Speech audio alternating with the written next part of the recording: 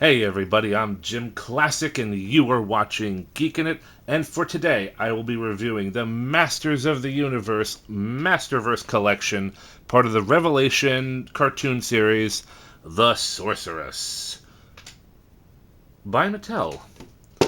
So, here she is in a package. She is part of the Netflix original series, which I only saw half of it.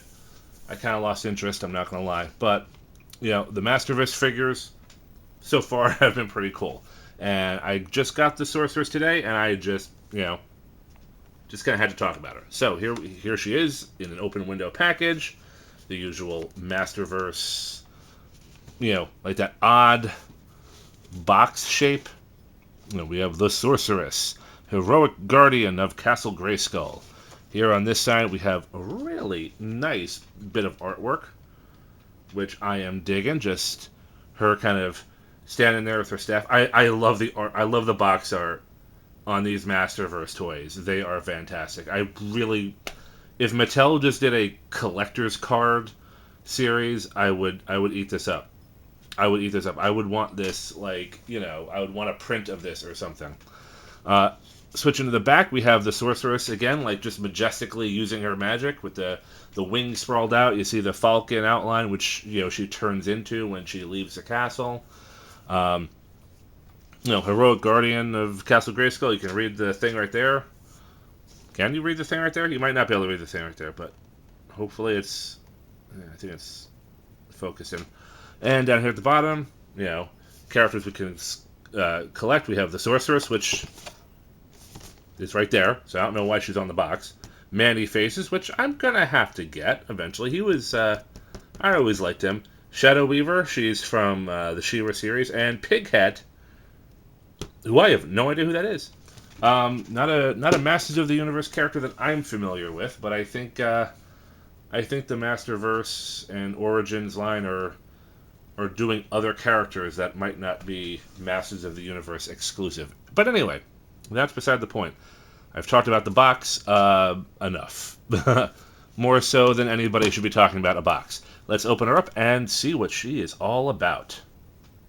Here we have the Sorceress of Grayskull herself. And, it's a pretty cool figure, I have to say. Let's see. Let's get rid of the background. There she is. There's our Sorceress. Let me position the camera a little bit. I'm sorry. There we go. It's a wee bit better. Oh, I gotta move my leg. Sorry. These are production problems. I don't know. But anyway, so here we have the Sorceress of Grayskull. And, she's standing pretty good, I have to say. According to the box, 30 points of articulation. Mostly a lot of her, not her body necessarily, but there's definitely some soft plastic here for the dress. It's, pretty soft plastic, pretty much a soft plastic material here for part of it. And it's I guess there's a cut right below the bust line, so that's probably where it's attached and everything, but don't mind the dirt bikes. Don't mind the dirt bikes. I don't know. It's pretty good. Let me start off by saying that the cape pieces had to be attached. If you notice here, the arms have elastic bands in them. I had to attach them myself by removing the hand and then stretching out the material, and then putting them on her arms, so that when the Sorceress has her arms out, the cape can move with her, which is pretty cool. I like that. I dig it. Of course, it does seem that her articulation is going to be a bit limited by the feathery shoulder panels right there, and this kind of gives her a little bit of a hunched look. Let's see if we can correct that posture a bit. But overall, it's not a bad figure. Actually, I kind of dig it from the back. It's got the feathery the feathery cowl or the feathery shoulder piece right there, and then we have the orange fabric, and then the blue fabric, and then I guess it kind of counts like the back of the skirt area. But let's get that out of the way. The staff. Let's just look at the head sculpt. I really like this head sculpt. I mean, you got like, all right, so it might not have those realistic eyes like the Mario Brothers movie figures did, but like, it's got some nice attention to detail in the eyes. I don't know if the camera is really doing it justice. I think if you look at it from that angle, like, there's definitely some detail in the eyes right there. And I have to say, toys have gotten way better with their face sculpts over the years.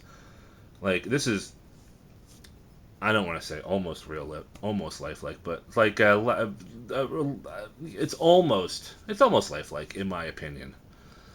I mean, I think there's a little bit of a glint in the eyes, a little bit of a reflection, which is nice. I love the cowl. I love the falcon cowl. It's just white plastic. There's paint, the orange and the gold paint in the eyes, and then the blue beak and everything. And the shoulder piece is kind of cool. I have a feeling if the head's on the ball joint, so I can just probably pop that off and just remove this if I... Oh, no, if I remove this, I'm removing the cape too, so I probably don't want to do that. But, there's a nice little... Oops, sorry. Nice little gem right there. There's a little bit of feathering sculpt. A little bit of feathering sculpting on the dress, and a little fold right there, like a little wrinkle, a couple of wrinkles. So it's not bad. It's got some minor details.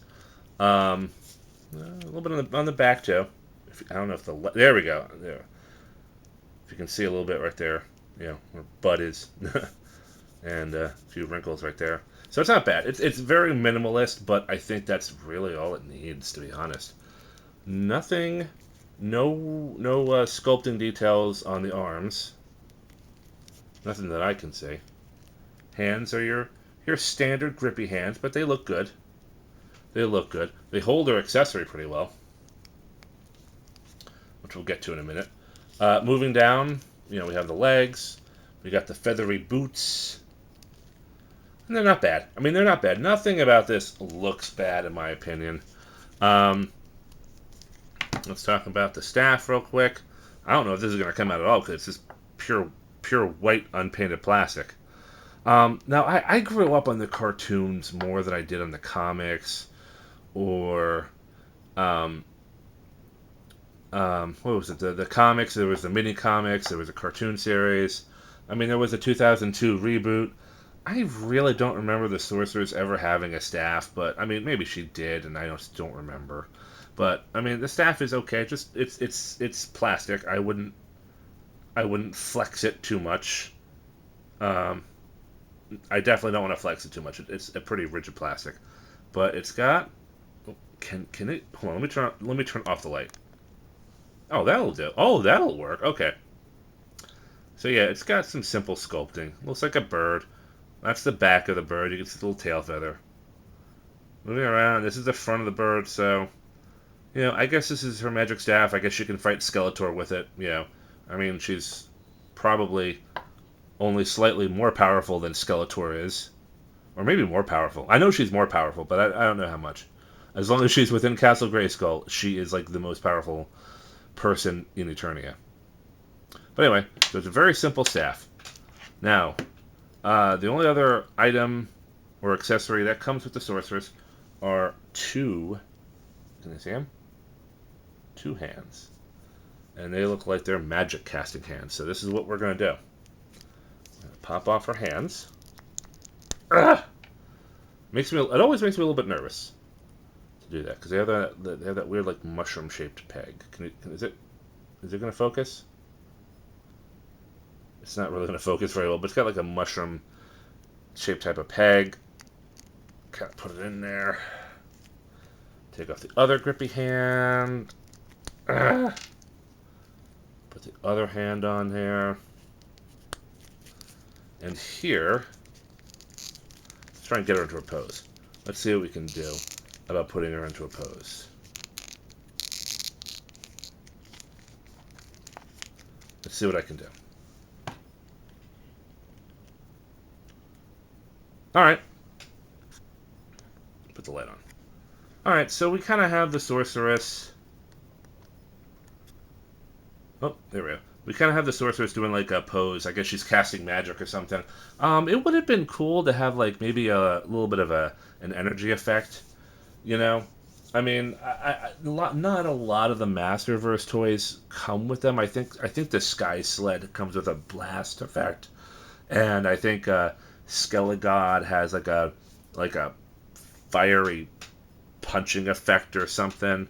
But like not a lot of blast effects for these guys. But I think for someone like the Sorceress, I think a magical effect would have been nice to maybe like complement the staff a little bit, or for the hands. I can use it as a pointer. But it's kind of cool. The hands are nice. The hands are nice. Are you gonna focus? Are you gonna? All right. How about this? How about this? There we go. Let's pull the. There we go. So the hands are pretty cool. Like they're definitely more intense looking than the grippy hands. Like maybe she's in a battle for her life against Skeletor. But anyway, let's talk about articulation. Let us get on to that topic, since I kind of danced around it a little bit here and there, but not actually addressed it. So, definitely have a ball jointed head, and I mean you can break her neck if you really want to, but I don't recommend it. But you know, she can definitely do 360, but the sculpt, the feathery sculpt with a cowl, definitely gets in that way. Let's see, can she look down? A little bit. Can she look up? Not really. Not without arching her back, which she can do. She definitely has a ball jointed torso bust line. But this is definitely a ball joint. She's got universal shoulders. We got a bicep swivel. We got double bend at the elbow. We have universal joints at the wrists. Swivel. Yeah. Again, same thing for the other arm. No, hold on. All right, excuse me. Does she have a waist? I'm gonna have to look up her skirt a little bit. Yeah, she does have a waist. Alright, you might not be able to see it, but I'm grabbing her by the knees. But yeah, she does have a waist. So, yeah, so she's got a waist swivel and the bust line swivels. That's not too bad. So there is a cut at the thigh. Whoop, sorry. There is a cut at the thigh, so you can have a thigh swivel. You have, the universal hips. She does, maybe it's a ball joint. I'm not gonna lie, I can't really tell. I think it's a ball joint at the hips. There we go. But unfortunately, because of the soft plastic dress, leg articulation is not gonna be that great. You know, maybe with the cut right there, you can get a leg out. But yeah, this flap is softer, more pliable than the back half, but you're not gonna get a lot of action poses out of the Sorceress here. But we have a double, oh boy, this is tight, double joint at the knee. Oh my gosh, that is some tight joints. Double joint at the knee. You have what I comically like to call the shin swivel, because that is breaking her bones. But she has a shin swivel, and she has up and down at the ankle. She can swivel around the ankle, and you get I guess a modest little tilt. But that's it. That's it for the articulation. I mean, she does have, if it wasn't for the soft plastic dress, she'd be capable of probably more better. Wow. She'd be capable of better poses. But then again, the Sorceress is not known for action scenes. She's known for using her magic to create force fields and you know, to cast her spells. She's not really boots on the ground fighting alongside He-Man and the others. She's up in the Tower of Grayskull and just casting lightning and shit down on the ground, and she's that's what she's used to. Hand-to-hand combat is not really her thing. But anyway, enough talk. Let's get some comparisons, shall we? Okay, so it is comparison time. Let us pull out first He-Man, not just any He-Man, the Masterverse 40th Anniversary He-Man. We'll put him right there. And we will bring out next She-Ra of also the Masterverse line. These are mostly going to be Masterverse figures, but might as well get the brother-sister duo in her Uh-oh, don't tell me you're gonna stand, She-Ra? Uh-oh, She-Ra's not going to stand. She is not going to stand for this. There we go, She-Ra. Alright, we have brother and sister with the Sorceress. And let us get Masterverse Man-at-Arms and Masterverse Teela. The good one, not the drab one. There we go. So, I mean, that's roughly how everyone stacks up. I suppose I can just put He-Man back there. And I can put She-Ra right there. I have a feeling She-Ra's going to be a troublemaker. Yep, She-Ra's going to be a troublemaker. There we go. So, yeah. And I have others, but I can't crowd this scene up too much. Anyway, so just to wrap things up, that is the Masters of the Universe Revelation Masterverse series Sorceress, and I have to say, I would say overall, she's a pretty good figure. She doesn't have like all the detailed sculpting of, let's say, Man-at-Arms would have, but I mean, it's a simple, elegant look for the Sorceress. The soft plastic cape looks nice. It makes a good visual statement, but it's not great for posing.